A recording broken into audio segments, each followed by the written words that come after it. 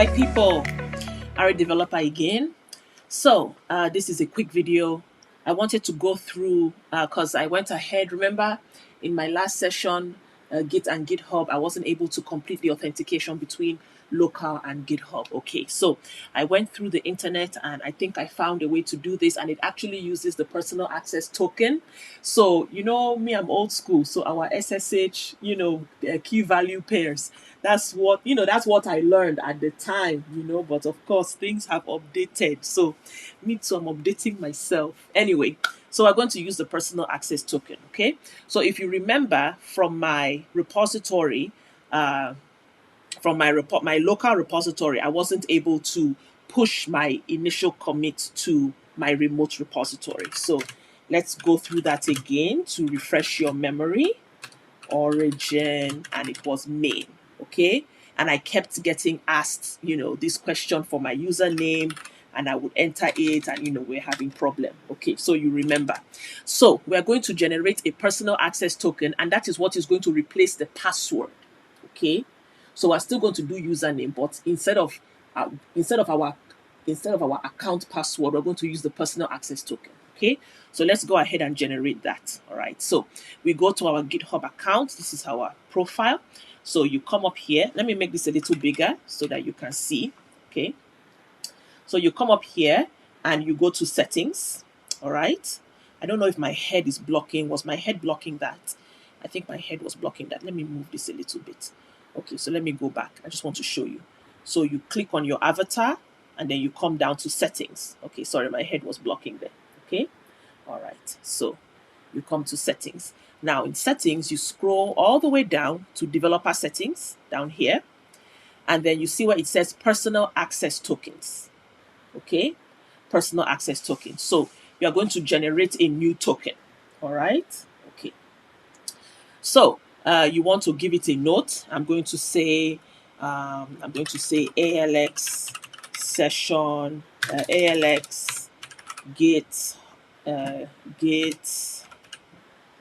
GitHub session. Okay, just so I know what it's for. Okay, it's a good idea to put a good note. Okay, so that it helps you to track things. All right, then you have an expiration. Okay, when should this personal access token expire? Default here is 30 days. You can have no expiration. So if this is something you want to continue, like for example, at my job, I would choose no expiration for my personal access token. For the reasons of this session, I'm going to give a custom. I want it to expire quickly because this is a video is going to be out there. Okay, so I'm going to choose the next day. Okay, so this is effectively 24 hours or less. Okay, now the scopes. All right, I'm going to recommend maybe in your course they will let you know which ones to choose. I'm just going to choose all of them. Okay, I'm just going to choose all of them. Of course, this is dangerous if your personal access token gets into the hands of an unauthorized user, right? So you want to keep that in mind. I don't want to go through and I don't want to waste time on saying, okay, choose this one, don't choose this one. So I'm going to choose all, just just so that my personal access token gives me all the power. Okay, all right, and then you say generate token. Okay, so this is the token. I'm okay with it being viewed on this video because I've set it to expire quickly and I can always delete it, which I will. Okay, so this is important. Make sure to copy your personal access token now. You will not be able to see it again. Okay, you won't be able to see it again. So you copy it and keep it in a safe place. So I'm going to copy mine and I'm going to keep mine over here with the rest of my notes. Okay, all right. So we are done with the personal access token. Let's go ahead, and you can see here you can revoke token. So there's built-in security. Okay, all right. So let's go back to our profile. Okay, and let's come to our repository. Remember, we had said that in this code area we're going to see code here if we're authenticated and we push successfully. So now the next thing you want to do is you want to come to your projects folder. Okay, and you want to configure username and password in your Git setup. Okay, your Git setup locally. And so to do that, I have the commands here. So there are some global settings that you can set in Git. The reason for these global settings is when you are now pushing to your remote repository, your commits and your, the commits you push, the changes you push will have your name and your email associated with it in the GitHub record. Okay, so that's why it's good to set this global settings. So we're going to set our username globally, and I'm just going to say arithmock. Okay, so we say enter, and then we're going to set our username also globally. Okay, and our email. I forget what email I use. Let me just say arithmock@example.com, because this is a mock account. Okay, and then to see the settings that you have, you say git config, I believe -l. Okay, and it shows you. You see your name is here, your username is here, and all of that. Okay, just to make sure it's saved correctly. Okay, then we are now going to make use of our personal access token. Okay, so let's go ahead and we're going to run that command we're trying to run, git push -u origin and main branch, because remember this is still the first push, so we have to set those defaults. So we say enter. It's going to ask us for our username. We're going to say arithmock for me, but when it asks for password, we now paste the personal access token. Okay. It's good to upgrade, that SSH. Forget about it. Personal access token. Okay, so let's go through. It's just, I'm not going to go through all this. Okay, this is basically Git is just, telling you what is happening, how it is pushing the information. But this is what you want to see. It says to your address. Okay, this is your remote repository. And it says it's a new branch main to main. So main local to main remote. And then it says branch main set up to track remote branch main from origin. What is this saying? Remember when we ran the command, we said -u origin main. That says that by default, any git push from this branch should go to main branch on origin remotely. So that's what this sentence is telling you, that this local main branch is set up to track the remote main branch. All right. Okay. So now let's go to our GitHub account and refresh this page, and we should see this is our project, our index HTML and our style CSS. Wonderful. Okay. I want to go through just a few more GitHub flows. Okay. All right. You can see next to, the column next to the file, this is our commit message. Okay. This is our commit message. Look up here. It says one commit 1 hour ago, and this is the commit hash. So this commit hash was created 1 hour ago, and this repository has a total of 1 commit. Okay? Okay? This repository has 1 branch, which is main branch only. Okay? I don't want to go too deep. Git and GitHub is just amazing. Okay? Now, we're going to do 2 changes. Okay? I'm going to make a change locally. I'm going to push it. I'm going to make a change on the remote. I'm going to pull it. Okay? So this is now showing you the Git flow. Okay? The workflow. Okay? So let's go back here. Okay? Let us open our code editor. And under cool session, I'm going to add a paragraph. I'm going to say super cool, if I can spell, to use personal access tokens. Okay. Okay. So that's the change I've made. I've saved the file. Okay. So this file is saved. All right. So let's come back to our local repository. We run Git Status. Okay. It tells us our branch is up to date with origin main. You see, whenever we didn't see this before, but the reason we're seeing it is now because our local is hooked up to the remote. All right. So it's telling us there are some changes not staged for commit. This file was modified. What do we want to do? So we want to git add index.html, and then we can run. It's always a good idea to run git status after each thing that you do, just so you are aware of what you've done, what is happening. Then we're going to run our git commit command, and we're going to say this commit will add paragraph. Okay. Okay. Now we're going to run git push, but without the -u origin main. Okay. So we say git push, and it has pushed our changes. You see? I didn't have to put that extra part because it has already been set up as default.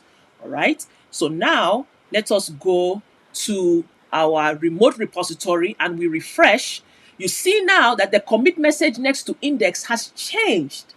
This is the latest commit, add paragraph, but no changes were made to the style sheet. So that still has its own last commit, which was the first one. We see here, this number here is different. This is the latest commit, 24 seconds ago. And now this repository has total of 2 commits. Okay? All right, wonderful. Now we are going to make a change. This is not how, most repositories will not give you the permission to do this. I'm just doing it like this just to show you if somebody else makes a change and commits it to the remote repo, how you can pull it down, okay? But I don't have a second person, to pretend. So let's go into style.css and I'm going to edit the file directly. Most workplaces will not allow you to do this, all right? But it's my own repository, so I can do what I want. Okay, so I'm going to edit this file and I'm going to make, the p tag, I'm going to make the color blue. Okay, all right. So I have changed the file. I come down here and I commit my changes here. Okay, so it's the same flow, even though I'm doing it now in GitHub. All right, so this commit will change paragraphs to color blue. Okay, and then here it's asking, do I want to commit directly to main or a new branch? I want to commit directly to main, so I commit my changes. Okay, so now I go back to my main code page, and you can see we have now 3 commits. The latest commit hash has changed. This is the latest one. And you can see now style has the last commit message applicable to it here. You see index didn't change because we did not make changes to index. Okay. Now, we now have a version of this remote repository that is ahead of our local. They are no longer lined up. Okay. The remote repository is 1 commit ahead of the local. Okay. So let's go now to local and I'm going to show you what that looks like. So now let's say I've come to local. Okay. And I say Git Status. Okay. It says it's up to date. Okay. Because it has not yet communicated with main to know that main, or origin main has changed. So now let's say I go in and I now want to make a change again. All right. And I want to add, let's say I want to add a button, okay? And that button says read more, ... Okay?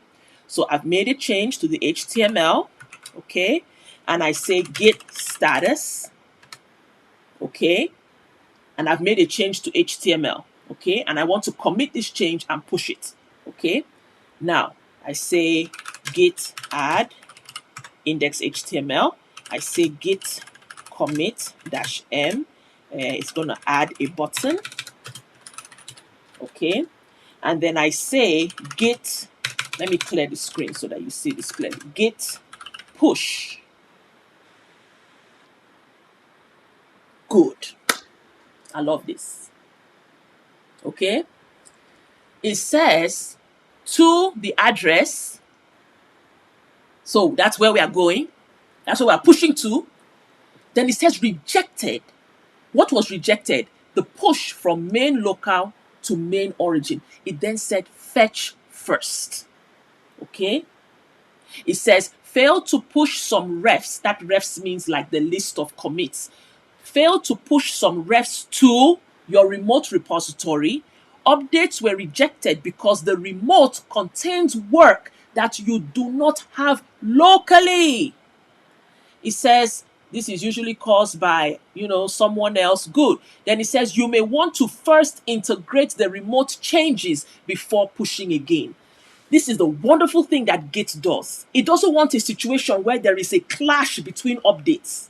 So before you push your own update, you need to make sure that you are up to date with the remote repository first, so that you are not making mistake of overwriting things and then things get messed up. All right? So that's what we're going to do. So we are going to git fetch, okay? Git fetch from origin. We want to fetch whatever has changed in origin remotely. We want to fetch it, okay? So we say git fetch origin. Good. So it tells us some things. Aha. And then it's telling us main to, so it has fetched, okay? Then we want to merge the changes in origin to our local, okay, on main branch. We want to merge main branch remote to our local. So we say git merge. I think we say main, which is us. Oh, no. We say git merge. We don't have to say us because we're already here. We say git merge origin main. Before we do that, okay, let me prove something. We fetched from origin. Let's open the code and see. Okay, let's open the code and see. If we go to style, you see, there's no P. Remember, remotely, we had added some CSS for the P, the paragraph tag. We did that remotely.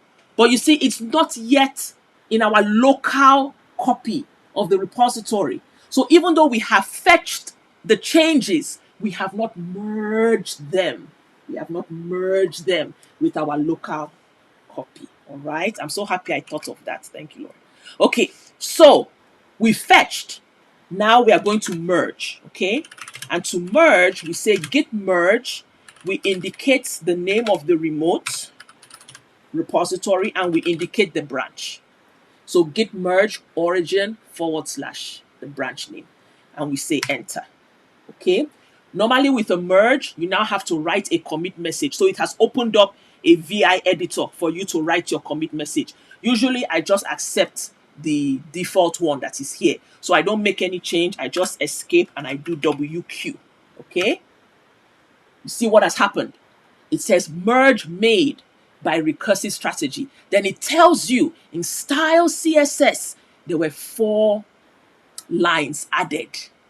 So if we open now our code editor like we did before, and we go to style, we now see those 4 lines, the space, and then the P, and then the color blue, and then the closing brace. You see that? So even though we didn't make this change locally, it was made by somebody else on the remote. Now those changes are in our own copy locally. This is the power of Git. Okay? All right. So now we can run our Git status.